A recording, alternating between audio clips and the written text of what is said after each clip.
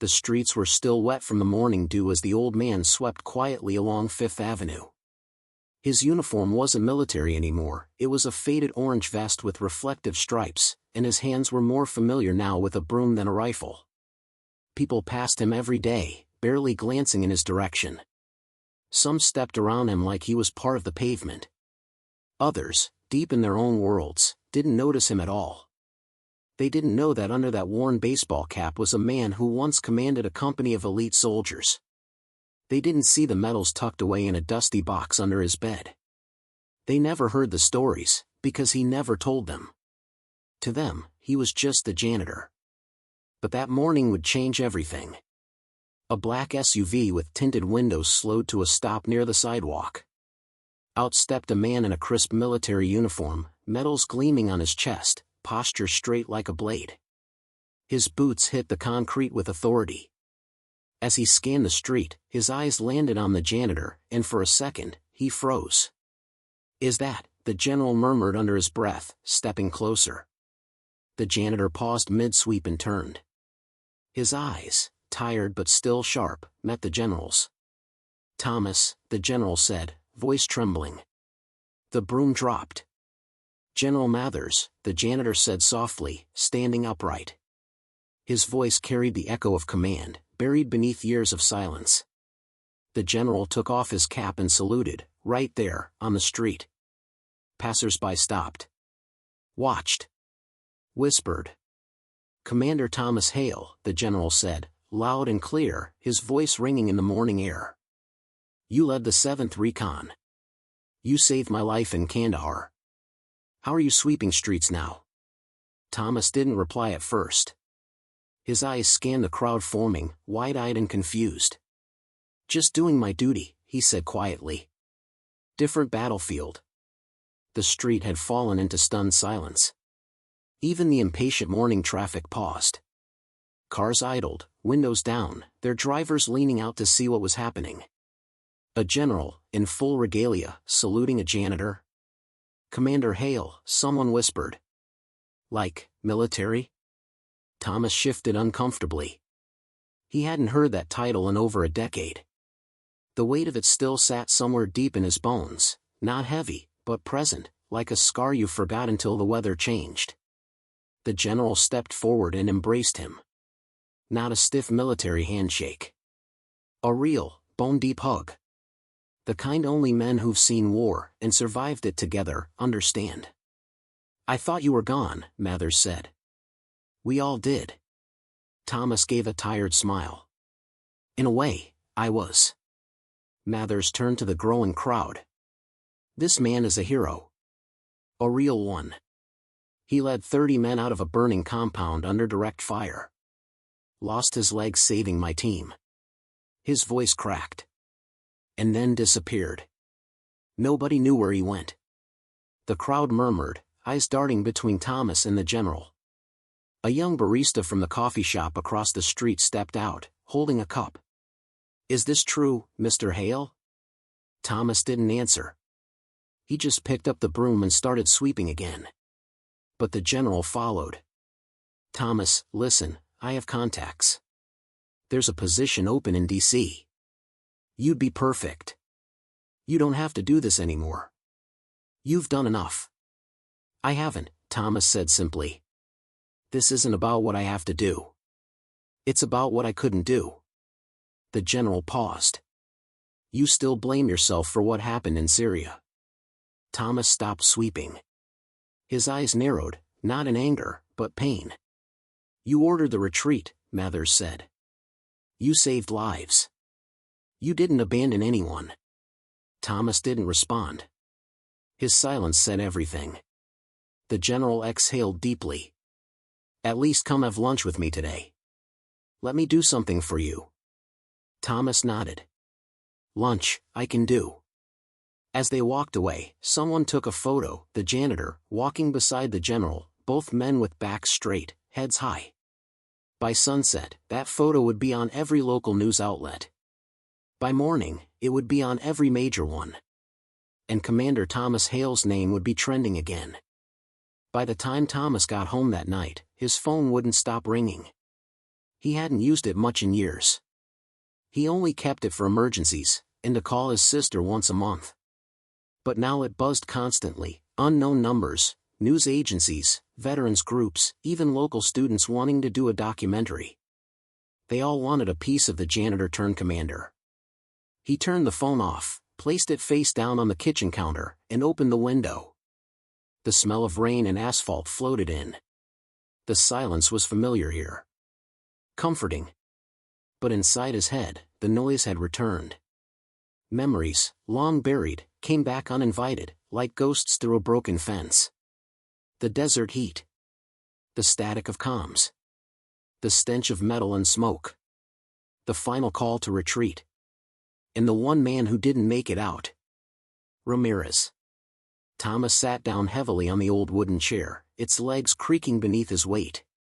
He still remembered Ramirez's face, not when they first met, but at the end. Covered in dust, bleeding, too far from the extraction point. "I'll cover you, Commander. Just go." Thomas had hesitated. He could have gone back. Maybe. Maybe not. He followed orders. Saved the rest. And yet every night since then, it was Ramirez he saw. Not the ones who lived. The one who didn't. That's why he started cleaning streets. Not to be noticed, but to not be noticed. It was quiet work. Useful. Honest. In some way, penance. But now the world remembered his name. The next day, a sleek black car pulled up outside his modest apartment. The driver, crisp in appearance, stepped out and saluted. "Sir, General Mathers requested your presence at Veterans Hall." Thomas hesitated, then nodded. "Give me a minute." He changed into his cleanest clothes, still simple, and ran a hand through his gray hair. He didn't look like a commander. But something in his posture had returned. A weight. A presence. At Veterans Hall, the general greeted him warmly. But this time, he wasn't alone. A room full of high-ranking officers, politicians, even a reporter or two stood waiting. Applause filled the air as Thomas entered. A few even stood and saluted. "Commander Hale," a colonel said. "The president himself heard about your story. There are programs, veterans outreach, policy reform. We could use your voice." Thomas looked around. These were people of power. Influence. They were offering him the stage again. He took a deep breath. "I appreciate the invitation," he said slowly. "But I'm not here to be a symbol. I'm here to ask a question." The room quieted. "What are we doing for the ones who didn't come home?" A silence fell heavier than any applause. The room stood still after Thomas's words. Not even the general shuffled. Not even the reporters scribbled. He let the silence hang. Let them sit in the weight of the question. Then he stepped forward, his boots soft on the polished marble floor. "You want my voice? Then hear what I really have to say." The general gave a faint nod. No one interrupted. "I've seen too many speeches. Too many parades. But I've also seen too many widows walking alone. Too many kids who don't understand why their dad never came back. Too many brothers like Ramirez, who didn't get a flag, just silence." He glanced around the hall. "You call me a hero. But where were you when my platoon came home broken? When they couldn't sleep through the night without reliving the noise?" A young aide looked away, his jaw clenched. Thomas tapped his chest gently. "There are medals here. They shine. But they cover up what's underneath." The colonel spoke up. "Commander Hale, there are initiatives now. We're improving programs every year." Thomas raised a hand gently, not accusing, just firm. "I know. And that's good. But a program doesn't heal what war leaves behind. People do." The general stepped beside him. "So what would you have us do, Thomas?" He exhaled. "Start by listening. Not in rooms like this, but out there. On the street. In shelters. In the silence where most veterans live now. No parades. No speeches. Just listening. Another silence. But this time, it wasn't awkward. It was respectful. It was real. That night, Thomas walked home alone. He didn't take the general's ride. He needed the air. When he reached his building, a small package rested by his door. No name. No label. Inside, a medal. One of his own. The Silver Star. Polished. Clean. And underneath it, a handwritten note. He was the best man I ever knew. Thank you for bringing him back into the light. Ramirez's sister. Thomas sat on the edge of his bed and wept. Not loudly. Not broken. But freely. For the first time in years, he let it out, all of it. The pain. The guilt. The gratitude. And when he finally lay down to sleep that night, it came easily. Peacefully.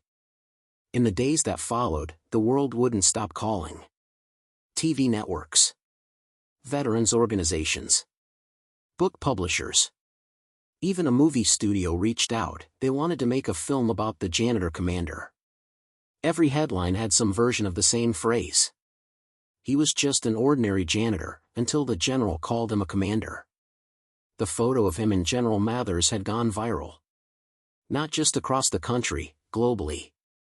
Comments poured in. People called him a symbol. A reminder. A wake-up call. And through all of it, Thomas kept sweeping. Each morning, at 6 a.m. sharp, he was back in his vest, broom in hand, greeting the sunrise with the same quiet routine. Some people stopped him now, offered coffee, shook his hand, asked for photos. A few even tried to slip him cash.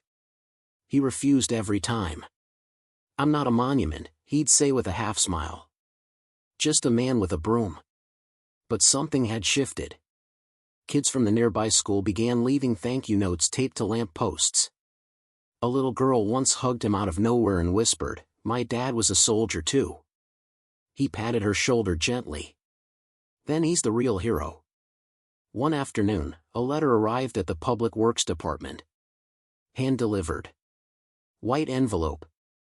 Gold seal. Inside, an official invitation from the office of the president. Thomas was to be honored at the National Memorial Ceremony as a guest of honor, a special commendation, live broadcast, standing ovation guaranteed. His co-workers gathered around him when he read it. Some clapped. One cried. They had no idea they'd been working next to a commander. But Thomas said nothing. He folded the letter slowly and tucked it in his vest pocket. "Are you going to go?" one asked. He looked out at the street. A soda can rolled across the curb in the wind. "I might." That night, he visited an old friend at the edge of town, a modest cemetery with rows of white stones. He found the grave easily. He never forgot where it was. Private Miguel Ramirez. 1985 to 2007. Loyalty. Bravery. Honor. Thomas sat beside the grave, the grass cool beneath his hand. He placed the polished silver star gently at its base. "They want to honor me, Miguel," he whispered. "But they don't know you were the real reason we made it out." The wind stirred the trees above, leaves rustling like soft applause. Thomas stayed until dusk, then stood with a slow breath. He didn't need the medal. He didn't need the ceremony. But maybe, just maybe, he'd go, not for himself, but for those who never got the chance. The National Memorial Hall stood regal and silent, draped in flags that fluttered gently in the breeze like whispered memories. The marble steps gleamed, polished as if awaiting royalty. Security personnel in black suits moved with quiet precision. Rows of luxury cars pulled up one after another, releasing generals in dress uniform, senators with lapel pins, ambassadors, and even a former president escorted by his team. But that morning, the crowd didn't turn their heads for the dignitaries. They turned for the man who arrived alone. No motorcade. No entourage. No press team. Just Thomas Hale, walking slowly, each step firm, deliberate. He wore polished boots, dark slacks, and an old army field jacket, faded at the seams, but with his name, Hale, still stitched above the heart. The jacket didn't sparkle like the dress uniforms around him, but somehow, it carried more weight. A janitor. And a commander. The media swarmed him like bees to honey. Reporters shouted over each other. "Mr. Hale, can you give us a statement? How does it feel to be honored today? Do you see yourself as a symbol of forgotten veterans?" Thomas kept walking. No anger. No arrogance. Just quiet resolve. He gave a subtle nod to a young veteran in the crowd, a man barely out of his 20s, holding back tears as he saluted. Inside, the memorial hall felt like a sacred space. Soft choral music floated in the background. Photos lined the stage, faces frozen in youth, in bravery, in sacrifice. Men and women who had never made it home. Rows of seats were filled with decorated officers, family members, and guests from every branch of government. And behind the podium stood General Mathers, waiting. When he saw Thomas enter, his posture straightened, but his eyes softened. "You came," the general said, stepping forward and offering a firm handshake that turned into a brief embrace. "I came for them," Thomas replied quietly, nodding toward the wall of names behind the stage. He walked up slowly, the only sound his boots on the hardwood floor. The room fell silent. Even the cameras seemed to hold their breath. Thomas looked out over the sea of faces. And then, he spoke. "I was asked to come here today because people suddenly remembered I wasn't just sweeping streets. That before the broom, I carried a rifle. That before I was a janitor, I was a commander." A pause. Not dramatic, just honest. "But the truth is, I never stopped serving. I just changed uniforms." There were murmurs in the crowd. A few eyebrows raised. He continued, steady. "There are soldiers who died in combat. And there are soldiers still dying, in silence. In the alleys of forgotten cities. In motel rooms, in shelters, in addictions no one sees. We've built statues, held parades. But too many are still invisible." A young Marine in the front row wiped a tear. Service doesn't end when the war is over.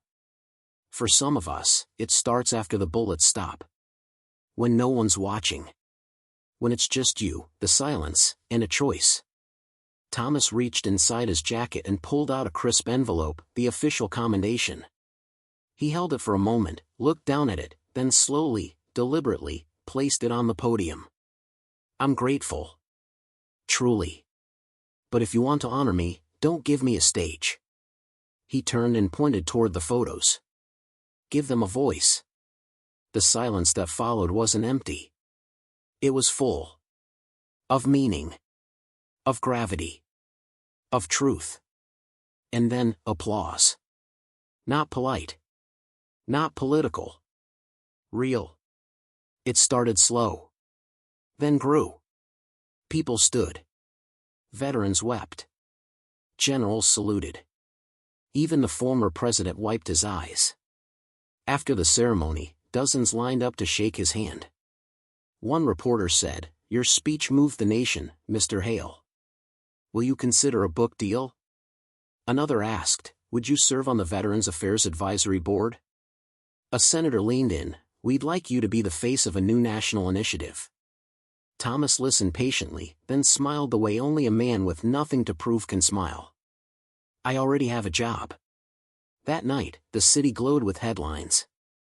The commander who chose silence. From broom to podium, Hale's message to America. A janitor redefines what service means.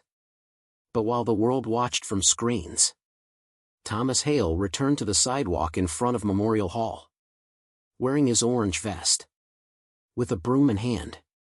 Sweeping up the confetti from the day's ceremony. Same steps. Same quiet rhythm. Same man. Only now, every person who passed him said something they never used to.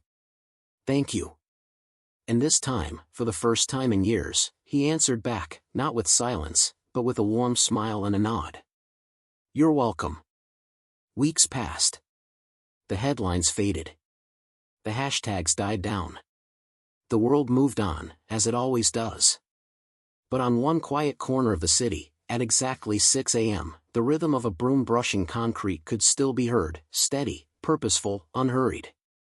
Thomas Hale, the man the internet had briefly crowned a forgotten hero, was right back where he started. Only now, people saw him. And more importantly, they looked at him. Not as a trending topic. Not as a war story. Not even as a local celebrity. But as a man. A man who had carried more weight than any broom could bear.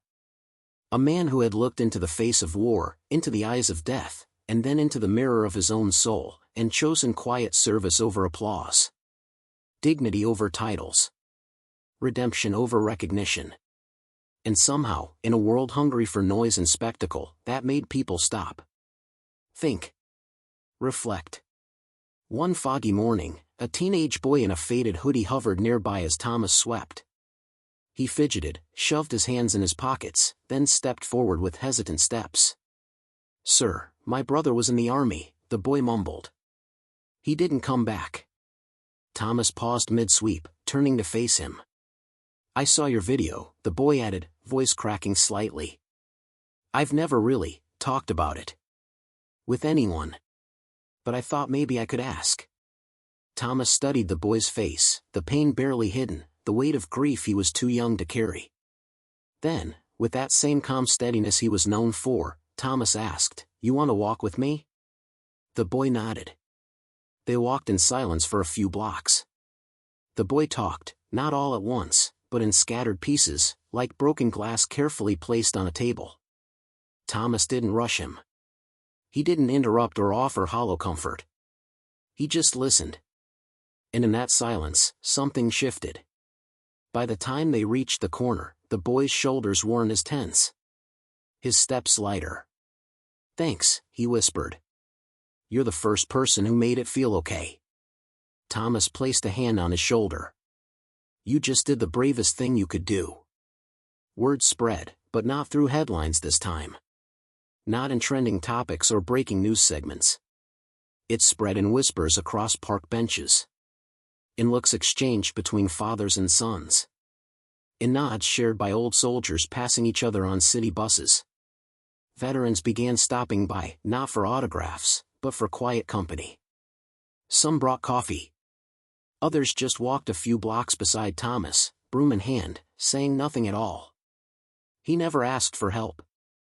But he never refused it either. One day, a small group of young men from the local high school came by on their day off. They brought brooms from home. One of them, the same boy whose brother had died, handed Thomas a folded paper. A drawing of a soldier sweeping a battlefield clean. "We wanted to be like you," he said. Thomas smiled. "Then be better than me." And slowly, block by block, the city around him changed. The gruff shopkeeper who used to ignore him now waved each morning and left warm rolls on the windowsill. The teenager who once mocked him from across the street now left water bottles, sometimes with notes that said "Thank you" or "You matter." Mothers brought their kids to shake his hand. And in time, the city remembered something it had forgotten. That service doesn't always wear a uniform. That valor doesn't always demand attention. And that heroes don't always return home on the shoulders of crowds. Sometimes, they come home quietly. And push brooms. Years later, when Thomas passed away, peacefully, in his sleep, in the same modest apartment he'd lived in for decades, there was no fortune to settle. No mansion to auction off. No viral brand to merchandise. Just a simple will, written on paper yellowed by time. One request. Don't name a building after me. Don't give me a statue. Just, keep the street clean. A few weeks later, a small plaque was installed on a weathered bench near 5th Avenue, the same street corner where he'd spent most mornings of his last years. Thomas Hale. Commander. Janitor. Listener. He never asked for thanks. He just made things better. And now, every Veterans Day, without invitation or fanfare, people begin to gather there. Not for ceremony. Not for speeches. But to sweep the streets. quietly. Together. In honor of a man who showed them that sometimes the most powerful way to lead is to serve.